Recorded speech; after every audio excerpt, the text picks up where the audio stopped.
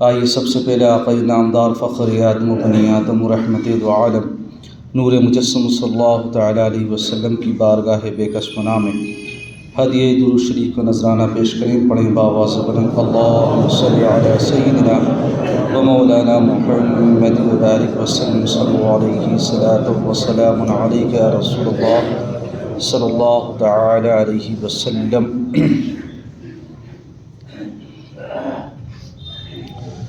اللہ سے دعا ہے کہ پروردگار عالم ہم سب کے گزشتہ گناہوں کو معاف فرمائے اور ہم سب کو حسن عمل کرنے کی توفیق بخشے۔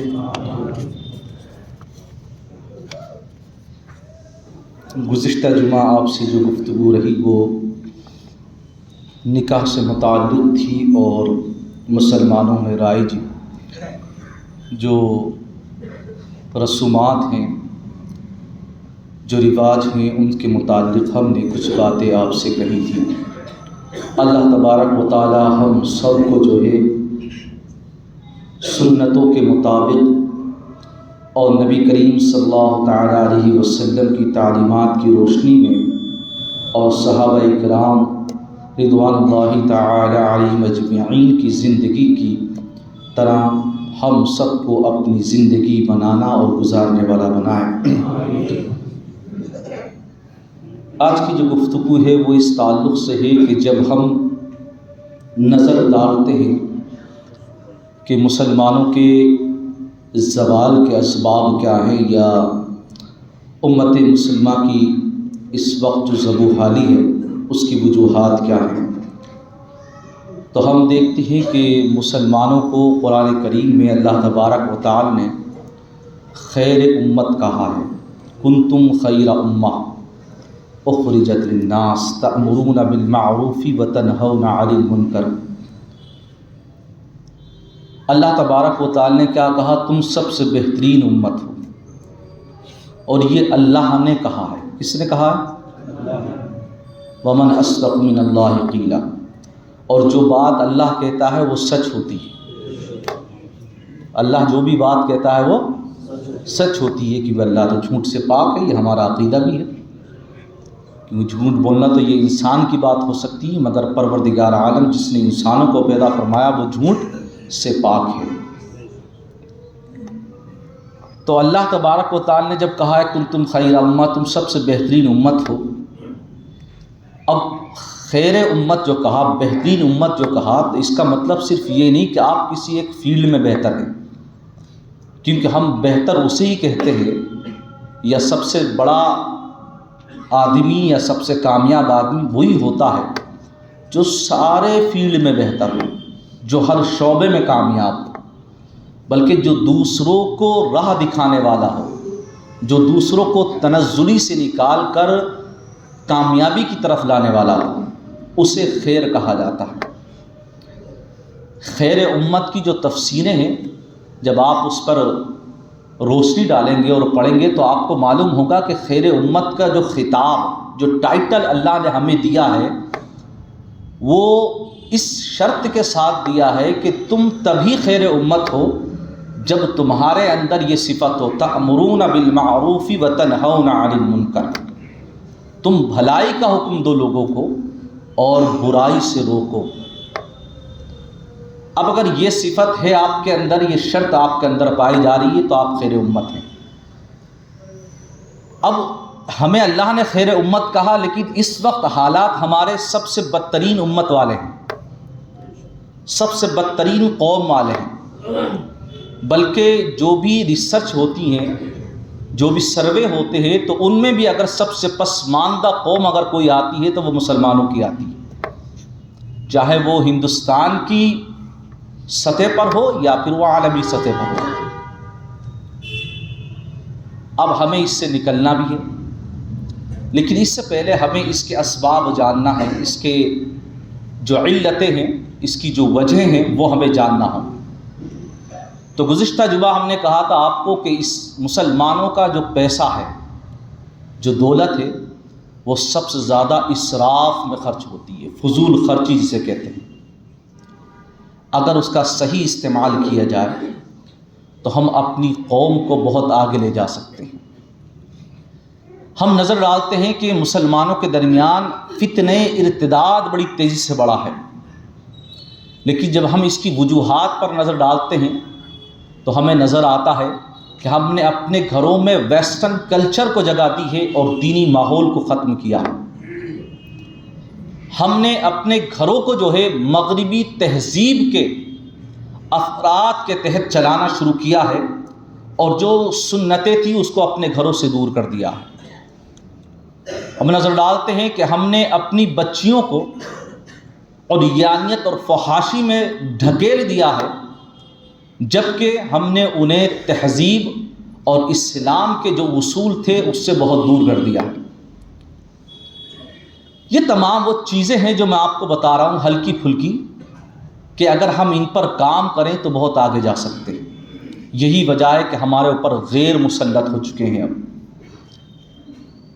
اب دیکھیے آپ، مظفر نگر،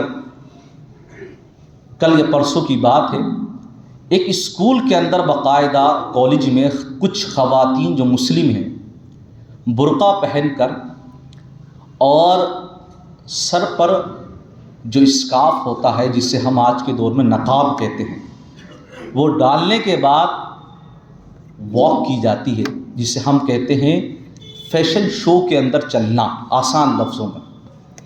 اس کی ویڈیوگرافی ہوتی ہے، اسے سوشل میڈیا پر ڈالا جاتا ہے، اور اس کا کچھ طبقے پذیرائی کرتے ہیں اور کچھ جو ہے اس کے اوپر انگلی اٹھاتے ہیں اور ان کے ماں باپ کو کہتے ہیں کہ وہ کتنے بے غیرت ہیں کہ اپنی خواتین کو اس طریقے کے شو میں بھیجتے ہیں، یا اس طریقے کے شو جہاں آرگنائز ہوتے ہیں وہ اس کا حصہ بنتے ہیں یا پارٹیسپیٹ کرتے ہیں۔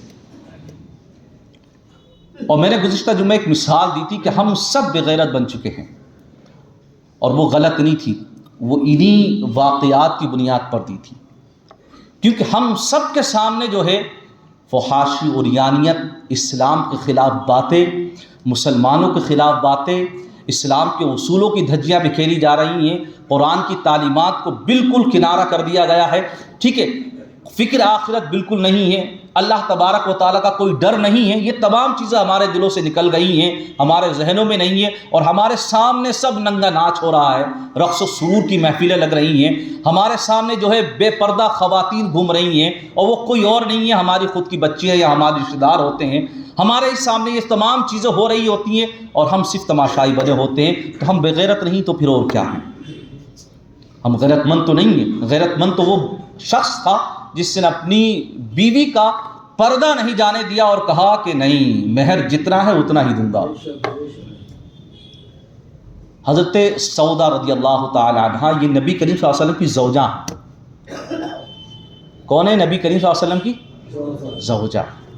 اللہ اکبر، سوچو کتنا اونچا مقام ہے۔ انہوں نے حج کر لیا تھا، حج کے بعد یہ باہر کبھی نہیں جاتی تھی، پہلے بھی نہیں جاتی تھی لیکن حج کر چکی تھی۔ تو ان سے کسی نے پوچھا کہ آپ جو ہیں گھر سے باہر کیوں نہیں نکلتی ہیں؟ آپ بھی دیکھیں دنیا کتنی حسین ہے، خوبصورت ہے، اللہ نے بڑی بڑی خوبصورت چیزیں پیدا کی ہیں دنیا کے اندر۔ حضرت سودا نے فرمایا مجھ پہ حج فرض تھا، وہ میں نے کر لیا، لیکن یہ بھی مجھ پر فرض ہے کہ میں پردے میں رہوں، اور بھلائی اسی میں ہے کہ چار دیواری میں رہا جائے اور قرآن کی آیت پر عمل کیا جائے، وَقَرْنَ فِي بُيُوتِكُنَّ وَلَا تَبَرَّجْنَ تَبَرُّجَ الْجَاهِلِيَّةِ۔ روایت ماتا پوری زندگی گزر گئی، یہ وہ خاتون ہیں، یہ وہ زوجہ ہیں نبی کریم صلی اللہ علیہ وسلم کی، یہ وہ ہماری ماں ہے جو بہت بعد میں انتقال کر کے گئی ہیں نبی کریم صلی اللہ علیہ وسلم کو وصال فرمانے کے بعد، لیکن روایت ماتا کبھی گھر سے باہر نہیں نکلی، جبکہ یہ ماں ہے، ماں سب کی ماں ہے، جو صحابہ موجود تھے ان کی بھی یہ ماں ہے۔ حضرت عائشہ صدیقہ رضی اللہ تعالیٰ عنہ فرماتی ہیں کہ جب نبی کریم صلی اللہ علیہ وسلم میرے کمرے میں حجرے میں دفن ہوئے تو میں ایسی چلی جایا کرتی تھی کہ میرے شوہر ہیں بھائی۔ جب صدیق اکبر دفن ہوئے میرے والد گرامی، تب بھی میں نے سوچا میرے والد ہیں اور دونوں سے پردے کا حکم نہیں ہے، تو میں ایسی چلی جایا کرتی تھی، یعنی سر پہ دوپٹہ ہے نہیں ہے، ایک مثال لے سکتے ہیں آپ۔ فرماتی لیکن جب حضرت عمر فاروق اعظم دفن ہوئے اسی حجرے کے اندر، اور وہ بھی میں نے اپنی جگہ خاص کی تھی تو حضرت عمر کو دی تھی، فرماتی جب وہ دفن ہوئے تو پھر میں کبھی بے حیائی کے ساتھ داخل نہیں ہوئی، ہمیشہ باپردہ اس حجرے میں داخل ہوئی۔ یہ وہ خاتون کے کردار ہیں جو میں آپ کو بتا رہا ہوں کہ آج ہماری خواتین کے سروں سے دوپٹہ غائب ہے. یہی وجہ ہے کہ ہماری خواتین جو ہیں فتنہ ارتداد جیسی مہلک ابراز میں مبتلا ہیں. فتنہ کئی طریقے کا ہوتا ہے، اور یہ دور تو فتنوں کا ہی دور ہے. میں آپ کو بتاؤں، فتنے کا مطلب صرف آپ یہ سمجھتے ہو کہ دولت ایک فتنہ ہے، یا مال ایک فتنہ ہے، یا اس کے علاوہ جو ہے امتحان ایک فتنہ ہے. تو یاد رکھو فتنے کا ایک میننگ آزمائش ہوتا ہے. فتنہ ایک یہ بھی ہے کہ مسلم خواتین کا غیر مسلم کے ساتھ بھاگنا، یہ بھی ایک فتنہ ہے. نئے نئے اختلافات کا جنم لینا، یہ بھی فتنہ ہے. نئی نئی رسومات کا پیدا ہو جانا اور اس میں مسلمانوں کا منعن ایسی شامل ہو جانا، یہ بھی فتنہ. اور یہی ہماری بربادی کا سبب ہے. تنزلی کا سب سے بڑا سبب یہ ہے کہ ہم نے جس کلچر میں جنم لیا ہے، ہم جس ہندوستان میں رہ رہے ہیں، وہاں پر جتنے بھی نئی نئی رسمیں ہیں، یا جو ہم ویسٹرن کلچر میں دیکھ رہے ہیں، یا آج پاکستانی سیریل جو خواتین دیکھ رہی ہیں، اس نے بڑا برباد کیا ہے.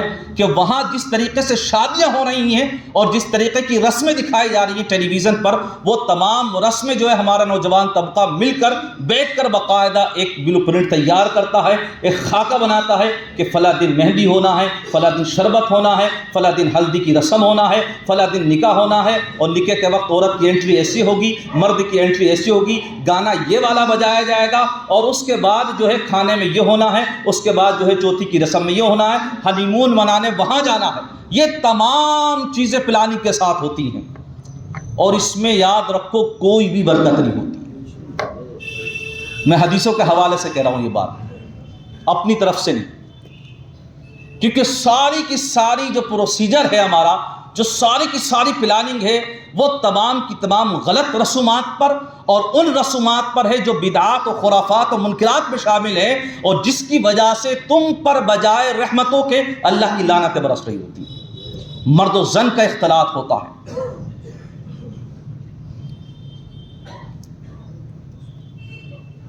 ہمیں اپنی خواتین کو جو ہے اچھی پرورش دینا چاہیے.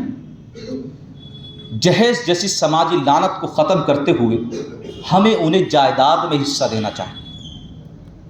یہ وہ پوائنٹ ہے جس کی وجہ سے کل بروز حشر تم سب سے سوال ہونے والا ہے کہ تم نے اپنی بیٹی کو جائیداد میں حصہ دیا یا نہیں دیا. ماں باپ سے نہیں ہوگا یہ بات یاد رکھنا، یہ سوال بھائیوں سے ہوگا. کیونکہ جائیداد میں حصہ تب بنتا ہے جب باپ کا یا ماں کا انتقال ہو اور اس کی جو وراثت ہے اب وہ وارثین میں تقسیم ہو. تو حق تو بھائی مارتے ہیں نا، ماں باپ تھوڑی. اور اگر ماں باپ جہیز اس نیت کے ساتھ دیتے ہیں کہ صاحب مجھے بعد میں جائیداد میں حصہ نہیں دینا ہے، وہ تو بچوں کا حق ہے، تو وہ بھی گناہ گار ہیں. بلکہ یہاں تک فرمایا گیا اگر کسی نے نکاح کے وقت مہر بھی اس لیے زیادہ رکھا لڑکے نے کہ 2 لاکھ لکھوا دو، 3 لاکھ لکھوا دو، دولہا میاں نے لکھوا دیے، دینا تھوڑی ہے. یہ اگر نیت ہے تو آقا فرماتے وہ شخص زانی ہے، اس کے ساتھ زانی جیسا معاملہ ہونے والا ہے کل قیامت کے دن. وہ شخص زانی ہے، اس کے ساتھ زانی جیسا معاملہ ہونے والا، یہ حدیث پاک ہے. تو آپ سوچئے، تو ہمارے یہاں اہمیت ان چیزوں کی نہیں ہے. ہمارے یہاں تو اہمیت جو ہے وہ ان چیزوں کی ہے کہ ہمیں اپنی لوگوں کو آگے لانے میں ہی ہمیں خیر امت کا جو ٹیگ ملا ہے، خیر امت کا جو ٹائٹل ہے، خطاب ہے، وہ ہمارے اوپر صادق آئے گا تب جب ہم امت کو آگے بڑھانے کی بات کریں گے. اب رہی بات یہ کہ حالات اتنے نازک ہیں، بڑے سنگین ہیں، تو یاد رکھو یہ قرآن کریم کی آیت بار بار ریپیٹ کرتا ہوں میں بھی، اور آپ بھی یاد رکھیں، وَلَا تَهِنُوا وَلَا تَحْزَنُوا وَأَنْتُمُ الْأَعْلَوْنَ إِن كُنتُم مُؤْمِنِينَ. رب نے فرما دیا کہ نہیں، فکر مت کرو، کسی بھی طریقے کا جو ہے ڈر اور خوف تمہارے پاس نہ ہو، اور نہ کوئی غم تمہارے پاس ہونا چاہیے. کوئی چیز تمہارے پاس نہیں ہو جائے، کسی بھی قوم سے مت ڈرو، کسی کا ڈر خوف نہ ہو سوائے اللہ کے، اور نہ کوئی حزن و غم رکھو اپنے ساتھ. پھر فرمایا وَأَنْتُمُ الْأَعْلَوْنَ إِن كُنتُم مُؤْمِنِينَ، اور تم ہی سب سے بلند رہو گے اگر تم واقعی مومن ہو تو. یہ رب کا فرمان ہے، وَأَنْتُمُ الْأَعْلَوْنَ إِن كُنتُم مُؤْمِنِينَ، تم ہی سب سے بلند رہو گے اگر تم واقعی مومن ہو تو. شرط یہی ہے کہ مومن بنو. تو مومن کامل تو وہی ہوگا کہ جو خیر امت والے کام کرے گا اور جو بدترین اور رذیل قوم والے کام نہیں کرے گا۔ اب دیکھیے حضرت صعصع رضی اللہ تعالی عنہ کا ایک واقعہ میں آپ کو سناتا ہوں، اور پھر اس کے بعد تھوڑی سی گفتگو اگر وقت بچا تو۔ بڑے پیارے صحابی ہیں حضرت صعصع رضی اللہ تعالی عنہ، غور سے سنیے گا۔ نبی کریم صلی اللہ علیہ وسلم کے پاس تشریف رکھتے ہیں، یہ جذبہ اپنے اندر پیدا کرو۔ سارے مالداروں سے میری گزارش ہے کہ جو تم پیسہ خرچ کر رہے ہو اپنا ان شادیوں میں اور بیاہوں میں، کتنا لاکھوں روپے، اس میں سے آدھا خرچ کرو اپنے بچے کی شادی میں اور آدھا کسی غریب لڑکی کی شادی میں خرچ کرو، قسم بخدا پھر دیکھو کیا اجر ملے گا۔ حضرت صعصع کا واقعہ سنو۔ حضرت صعصع رضی اللہ تعالی عنہ تشریف رکھتے ہیں، مجلس لگی ہوئی ہے، آقا صلی اللہ علیہ وسلم بھی تشریف رکھتے ہیں۔ حضرت صعصع رضی اللہ تعالی عنہ نے پوچھا، یا رسول اللہ یہ بتائیے، زمانہ جاہلیت میں جو ہم نے نیکیاں کی ہیں کیا اس پر ہمیں کوئی اجر ملے گا؟ یعنی جب ہم ایمان نہیں لائے تھے تو کیا اس پر کوئی اجر ملے گا؟ نبی کریم صلی اللہ علیہ وسلم نے بجائے یہ کہ جواب دینے کے اجر ملے گا یا نہیں، پوچھا یہ بتا اے صعصع تو نے کیا نیکی کی ہے زمانہ جاہلیت؟ سوال کرنے والے سے پوچھا گیا تو نے کیا نیکی کی ہے زمانہ جاہلیت میں؟ حضرت صعصع رضی اللہ تعالی عنہ نے کہا، رسول اللہ زمانہ جاہلیت کی بات ہے، یعنی جب میں اسلام نہیں لایا تھا تو میرے 2 اونٹ گم ہو گئے، میں ان کو تلاش کرا علاقے میں ان کو تلاش کیا اپنے جو ہے کنبے وغیرہ میں، اپنے آس پاس کے علاقے میں، نہیں ملے تو میں ڈھونڈتا ہوا جنگلوں پار چلا گیا کافی دور تک، تو وہاں جا کے مجھے اپنے 2 اونٹ مل گئے جو چر رہے تھے، اور وہاں ایک بوڑھا آدمی بیٹھا ہوا تھا۔ میں اس بوڑھے آدمی کے پاس پہنچا اور میں نے کہا کہ یہ 2 اونٹ جو ہیں یہ میرے ہیں۔ تو بوڑھے آدمی نے کہا یہ اونٹ چرتے ہوئے آئے ہیں، آپ کہیں تو آپ لے جاؤ۔ اتنے میں اس بوڑھے آدمی نے جو ہے کھجوریں منگائیں اور کچھ پانی، یعنی ضیافت کی میری۔ میں وہ کھجوریں کھا رہا تھا تو بچے کی رونے کی آواز آئی، تو اس بوڑھے آدمی نے پوچھا گھر کی طرف منہ کر کے کہ لڑکا ہے یا لڑکی؟ اس سے پہلے کہ گھر کی کوئی آواز آتی میں نے اس سے پوچھا، بوڑھے آدمی سے، صعصع فرماتے میں نے پوچھا اس سے کہ یہ بتا اگر لڑکا ہوا تو کیا اور لڑکی ہوئی تو کیا، مطلب کیا کرے گا تو؟ اس نے کہا اگر لڑکا ہوا تو میرا نام روشن کرے گا، میرا سر اونچا کرے گا، میری شان بڑھائے گا، میرے قبیلے کی شان بنے گا۔ اس نے تمام قصیدہ بڑھ ڈالے لڑکے کی شان میں، جیسا کہ ہم امید رکھتے ہیں۔ اور فرما اگر لڑکی ہوئی، کہا لڑکی ہوئی تو زندہ درگور کر دوں گا، قبر میں دفن کر دوں گا زندہ ایسے۔ فرمایا سچ میں؟ کہا ایسے ہی کر دوں گا، کیونکہ میرے پاس، اب دیکھیے اس کا جملہ دیکھیے، اس نے وجہ بتائی کہ میں اپنی لڑکی کو کیوں دفن کروں گا، کیونکہ زمانہ جاہلیت میں بھی یہ ہوتا تھا۔ اس نے کہا میں اس لیے دفن کر دوں گا کہ میرے پاس نہ تو اتنا ہے کہ میں داماد کے آگے اپنا سر جھکا سکوں، داماد کے آگے۔ اب سوچیے اس نے یہ جملہ کہا، یعنی وہ تمام چیزیں پہلے بھی تھی جو آج پائی جا رہی ہیں، گویا کہ زمانہ جاہلیت والی چیزیں ہمارے یہاں آج بھی ہیں۔ حضرت صعصع فرماتے میں نے کہا کہ ایسا ہے تو لڑکی مجھے دے دے، دفن مت کر اسے، مجھے دے دے، میں پرورش کر لوں گا اس کی۔ تو اس بوڑھے نے کہا فری میں کیوں دوں میں؟ اب سوچو اسے تو دفن ہی کرنا تھا، فری میں دے دینا چاہیے تھی، لیکن جب اس نے شوق دیکھا، جب اس نے اشتیاق دیکھا، اس بندے کے اندر جذبہ ہے اس کو لینے کا، فرمایا پھر میں نہیں دے سکتا۔ تو حضرت صعصع نے فرمایا یہ جو 2 اونٹ میرے چرتے ہوئے آ گئے یہ تو رکھ لے۔ فرمایا 2 میں نہیں دوں گا، جس پہ تم بیٹھ کر آئے ہو وہ بھی دے دو، 3 میں دوں گا۔ 3 اونٹ، آج دیکھیے اونٹوں کی قیمت کتنی ہے، 30-40 سے پار ہے، 30-40 ہزار سے پار، کیوں آج کل تو بھینس بھی جو ہے 20-25 سے کم میں نہیں ملتی۔ سوچو اونٹ کی قیمت کیا ہوگی۔ آپ نے 3 اونٹ دے دیا اور کہا بس یہ شرط ہے کہ جس اونٹ پر میں بیٹھ کر آیا ہوں اپنے ساتھ ایک شخص بھیجو میرے ساتھ، میں اونٹ پر جاؤں گا اور یہی اونٹ لے کر وہ واپس آ جائے گا تاکہ میں اپنا جو ہے گھر پہنچ جاؤں۔ آپ لڑکی کو لے کے چل دیے۔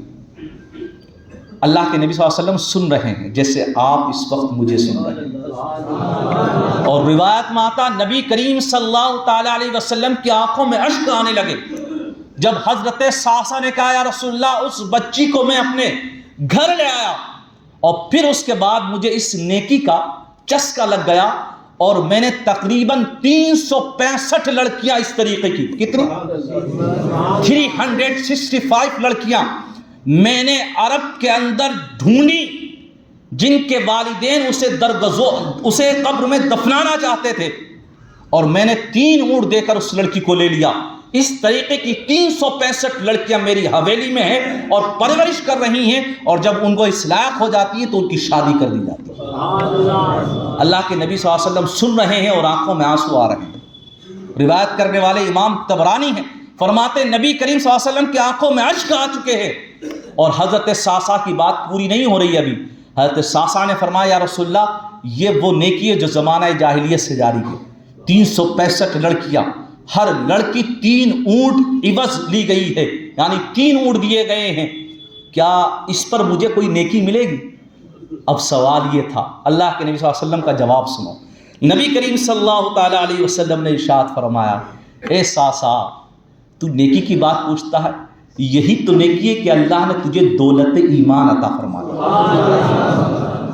اللہ نے تجھے مسلمان بنا دیا، یہ سب سے بڑی دولت، یہ سب سے بڑی نیکی۔ اور سن، کل قیامت میں جب پروردگار عالم رحمتیں اور برکتیں لٹائے گا اور نیکی عطا فرمائے گا، تو پروردگار عالم اپنے خزانے سے تجھے بے شمار لطف، بے شمار نیکیاں اور رحمتیں عطا فرمانے والا۔ حضرت ساسا سے یہ بات نبی کریم صلی اللہ علیہ وسلم نے کہی کہ تمہارا صلہ یہ ہے کہ اللہ نے تمہیں دولت ایمان عطا کی، اور ہمیں تو فری میں دولت ایمان ملی، ہم تو پیدا ہی مسلمان ہوئے ہیں، ہم تو ایسے گھر میں پیدا ہوئے کہ جس گھر میں نمازی ہیں سب، جو کلمہ طیبہ پڑھنے والے ہیں، لا الہ الا اللہ محمد رسول اللہ، ہم ایسے گھر میں پیدا ہوئے ہیں، لیکن اس کے باوجود نہ ہمیں اسلام کی قدر ہے اور نہ ہی اپنی ویلیوز کا ہمیں پتہ ہے کہ اسلام نے ہمیں کتنا اونچا مرتبہ عطا فرمایا۔ اسلام نے ہمیں اشرف المخلوقات بنایا بحیثیت انسان، اور اللہ کے نبی صلی اللہ علیہ وسلم کا خود کا فرمانا ہے کہ جس گھر میں 1 بچی پیدا ہو، 3 بچیاں پیدا ہو، پہلی حدیث پاک ابن ماجہ کی، فرمایا 3 بچیاں پیدا ہوں اور اس کی اچھی پرورش کرے، اچھی جگہ شادی کرے اور اس کے حق ادا کرے، نبی کریم نے فرمایا جہنم سے آڑ بن جاتی ہے اس کی یہ نیکی، یعنی یہ اس کی یہ 3 بچیوں کے ساتھ پرورش جو ہے۔ اور فرمایا، کسی نے ادب المفرد کی ایک روایت ہے جس کو حضرت امام بخاری نے لکھا ہے، بخاری سیٹ کرے کتاب ادب المفرد، اس کی ایک روایت ہے کہ اس میں پوچھا گیا یہی روایت بیان کرتے ہوئے، آخر میں کہا 2 ہوں، فرمایا یہی اجر، کہا اگر 1 ہو اور اس کی ایسی پرورش کرے، فرمایا اس کے لیے بھی یہی اجر ہے، یعنی اس کے لیے جنت واجب ہو جاتی ہے۔ آپ سوچئے، ہم اپنی بچیوں کو بوجھ سمجھ رہے ہیں، یہی وجہ ہے کہ ہم ان کی شادیاں اتنی مہنگی کر رہے ہیں، اور جو بیچ میں ڈیمانڈ کرنے والے ہیں نا اس طریقے کی، چاہے وہ جہیز کو لے کر ہو، چاہے وہ کیش کو لے کر ہو، وہ سب کے سب کہیں نہ کہیں بیچ میں ایسا کردار نبھا رہے ہیں جس کی وجہ سے وہ کل جہنم میں جانے والے۔ اس پر میں گزشتہ جمعے میں آپ کو بتیری باتیں سنا چکا ہوں، شاید کسی کو بری بھی لگتی ہو، لیکن میں نے وہی کہا جو قرآن اور حدیث کہتی ہے، اپنی طرف سے کوئی بات نہیں کہی، صرف ایگزامپل کے طور پر ضرور کوئی نہ کوئی مثال میں اپنی طرف سے پیش کر دیتا ہوں زمانے کے اعتبار سے۔ تو یہ دور فتنوں کا دور ہے۔ اب سوچیے، یہ جذبہ ہے کسی کے اندر؟ یہاں جتنے بیٹھے ہو کہ حضرت ساسا کی اس نیکی پر لاؤ ہم بھی یہ نیکی کرتے ہیں، چلو آج جو ہے غریبوں کو ڈھونڈتے ہیں اور ان کے لیے یہ کام کرتے ہیں۔ ہماری بچیاں فتنہ ارتداد کی طرف جا رہی ہیں، غیر مسلم لڑکوں سے بھاگ رہی ہیں، چلو آج ہم ایک اپنا کالج بناتے ہیں جس میں صرف مسلم لڑکیاں پڑھیں گی، کوئی غیر مسلم کی انٹری نہیں ہوگی۔ ہے کسی میں یہ جذبہ؟ نہیں ہے، کیونکہ ہم جو بھی کام کرتے ہیں جذبے کے ساتھ اٹھتے ہیں، پھر وہ ادھورے چھوڑ کے چلے جاتے ہیں۔ ہم ایسی جذباتی تقریریں سنتے بہت ہیں، مگر یقین مانو ہمارے اندر غیرت ایمانی باقی نہیں رہی۔ ایمان اگر باقی ہوتا تو پھر ایمان کی وجہ سے دل میں کبھی کدورت اور بغض اور حسد نہیں ہوتا۔ ایمان کی روشنی نہیں ہے، یہی وجہ ہے کہ یہ ساری چیزیں ہمارے سامنے ظاہر ہو رہی ہیں، یہ نئے نئے فتنے ہیں۔ یہ دیکھیے آپ، اگر ایمان ہوتا تو ہم اس طریقے کی حرکتیں نہیں کرتے جس طریقے کی ہم حرکتیں کر رہے ہیں۔ ہمارے اندر جو 3 باتیں اہم ہیں وہ یہ ہیں جن کی وجہ سے ہم سب جو ہیں کہیں نہ کہیں زوال پذیر کی طرف ہیں، اور وہ یہ ہیں، ایک تو ہمارے گھروں میں دینی تعلیمات نہیں ہیں، ختم بالکل۔ قرآن شریف پڑھا رہے ہیں، صرف 1000 روپے ٹیوشن فیس دے دی، 1200-1500 روپے دے دیا، 500 روپے دے دیا، فری میں پڑھوا لیا، قرآن شریف پڑھوا دیا، اور بڑی تعریف سے آ کر کہتا ہے امام صاحب سب سے پہلا کام میں نے یہ کیا ہے اپنے بچوں کو قرآن پڑھنا سکھایا۔ اچھا کیا تو نے، ثواب ملے گا بچے کو بھی، تجھے بھی ثواب ملے گا، لیکن یہ بتا قوم کے لیے وہ کیا کرے گا؟ اس کے لیے تو نے کانوینٹ اسکول میں داخلہ کرایا ہے، اس کے لیے تو بڑے زبردست بہترین اسکول میں جس میں 50,000 روپے فیس ہے، ماہانہ 10,000 روپے فیس دی جا رہی ہے، کیونکہ وہ ڈاکٹر انجینئر بنے گا، تیری قبر پہ جا کر جو ہے وہ پھر ڈاکٹر انجینئر کی تعلیم کی جو ڈگریاں ہیں ان کو ریویژن کرے گا وہاں کھڑے ہو کر۔ آپ خود سوچیے ہم کہاں جا رہے ہیں۔ میں اس کے خلاف نہیں ہوں، ہمیں ضرورت ہے، لیکن میں اس طرف ہوں کہ ہمیں اپنے گھروں میں دینی تعلیم دینا چاہیے اور دینی ماحول قائم کرنا چاہیے۔ اپنے گھروں میں جس طریقے سے ہم ہر ایک چیز ڈیزائن کرتے ہیں نا، بالکل کہ یہاں پر یہ ہونا چاہیے، یہاں پر باورچی خانہ ہونا چاہیے، یہاں پر باتھ روم ہونا چاہیے، یہاں یہ کبھی اپنی گھر میں یہ فکس کیا نہیں یہاں صرف نماز ہونا چاہیے، نہیں کرتے ہم لوگ، اس طرف توجہ ہی نہیں ہے ہماری۔ اسی طریقے سے اپنے گھروں میں اسلامی طرز زندگی، بالکل ایک دم اس پہ سٹیک یہ ماحول ہونا چاہیے کہ اسلام نے زندگی کے اصول کیا بتائے، ہمیں کس طریقے سے زندگی گزارنی ہے، اور تیسری اہم چیز ہے اسلامی اخلاق، یہ اپنے گھروں میں قائم کریں۔ اخلاق ہماری عادتیں جو ہیں، اخلاق نام کس کا؟ عادتوں کا ہوتا ہے، اور ہماری عادتیں ہم سب جانتے ہیں، چوری چکاری کے ساتھ ساتھ فراڈ بھی ہمارے اندر پایا جاتا ہے، دھوکہ، یہ سب ہم دے رہے ہیں ایک دوسرے کو، یہ ساری چیزیں ہمارے اندر پائی جاتی ہیں۔ جب تک یہ ختم نہیں ہوں گی ہم آگے نہیں بڑھ سکتے۔ ہمیں آگے بڑھنا ہے تو صرف ایک اصول ہے اسلام کا، اور وہ یہ ہے کہ صرف اپنے مذہب میں پختہ رہو۔ ان الذین قالوا ربنا اللہ ثم استقاموا تتنزل علیہم الملائکہ الا تخافوا ولا تحزنوا۔ قرآن کریم استقامت فی الدین، اس میں قائم رہو، اور کچھ نہیں چاہیے تم سے۔ اسلام کچھ نہیں مانگتا ہے، یہی مانگتا ہے کہ تم مسلمان پیدا ہوئے، تمہیں فری میں ملی ہے یہ دولت، اس لیے تم قدر نہیں کر رہے ہو۔ حضرت ساسا کو کیسے ملی وہ جانتے تھے۔ صحابہ سے پوچھو کہ اسلام کی ویلیوز کیا ہیں، انہوں نے کس طریقے سے محبت رسول میں اور محبت اسلام میں جو شہادت کے جام نوش کیے ہیں، انہیں کس چیز نے اس طرف راغب کیا تھا، اور وہ اتنے مضبوط تھے اپنے ایمان میں اور اسلام میں ایسے پختہ تھے، اور نبی کریم سے ایسی محبت کرنے والے تھے، اور ان کی اسلامی طرز زندگی اتنی خوبصورت تھی۔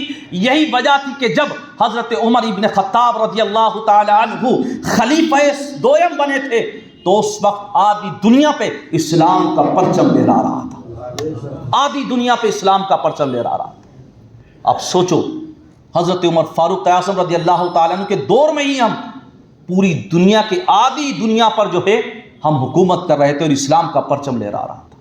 لیکن جب حضرت عثمان غنی رضی اللہ تعالیٰ عنہ کا جو ہے قتل ہوا، یعنی شہید کر دیا گیا ان کے بعد، تو چونکہ ایک حدیث پاک تھی، آقا صلی اللہ علیہ وسلم نے خود فرمایا تھا کہ عثمان کا جب قتل ہوگا یعنی شہید ہو جائیں گے تو پھر فتنے بھی جنم لیں گے، اور پھر جو ہے وہ پھر معاملہ پستی کی طرف جاتا ہوا نظر آتا ہے، جس سے حضرت علی پوری زندگی نمٹتے رہے مگر معاملے کا حل نہیں ہو پائے۔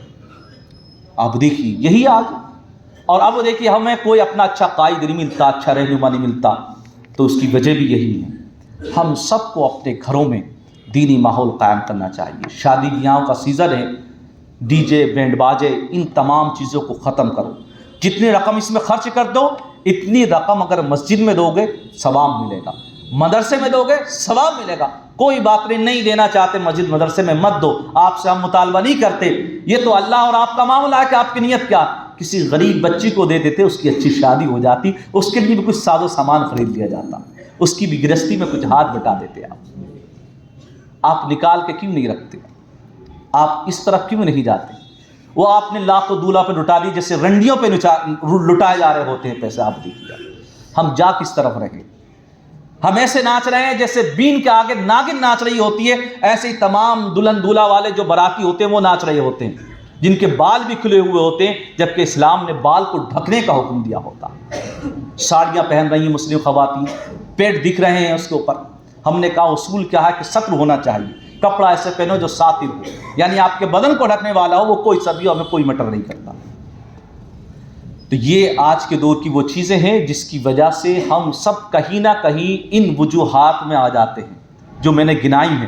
تنزلی کے جو اسباب ہیں ان میں سے کوئی نہ کوئی سبب ہمارے اندر رہے گا، ہمیں اسے ختم کرنا ہے اور ہمیں آگے بڑھنا ہے، خود کو مضبوط کرنا ہے اور اسلام کو مضبوط کرنا ہے اور ہمیں جب مرنا ہے تو ہماری قبر میں ہمیں آرام کرنا ہے. دنیا میں تو ہمیں کام کرنے کے لیے بھیجا گیا ہے، یعنی عمل کرنے کے لیے. اچھے اچھے عمل کرو. اچھے اچھے عمل کا مطلب یہ صرف نہیں کہ 5 وقتہ نماز پڑھو، نہیں، آپ ایک دوسرے کے لیے بھلائی کا حکم دو، تبھی تو تم سب سے بہترین امت قرار پاؤ گے.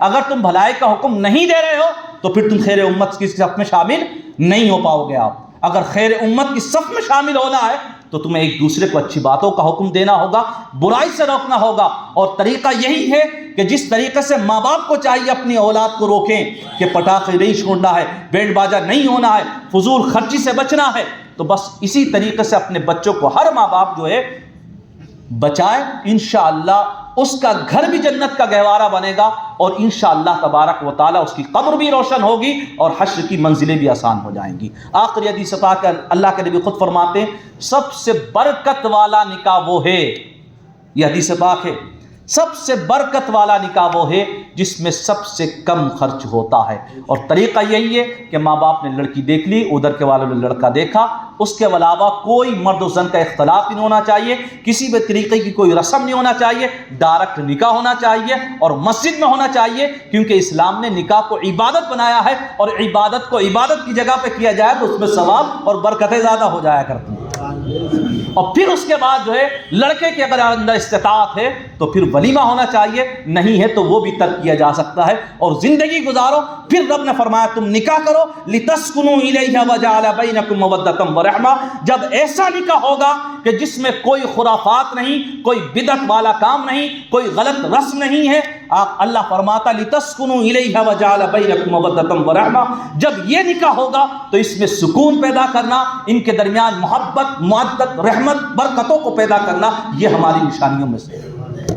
پھر آپ دیکھیے وہ گھر برکتوں والا گھر ہوگا. خیر اللہ قبول فرمائے، کوئی غلطی ہو مولا معاف فرمائے. استغفر اللہ ربی من کل ذنب واتوب الیہ وما علیہ.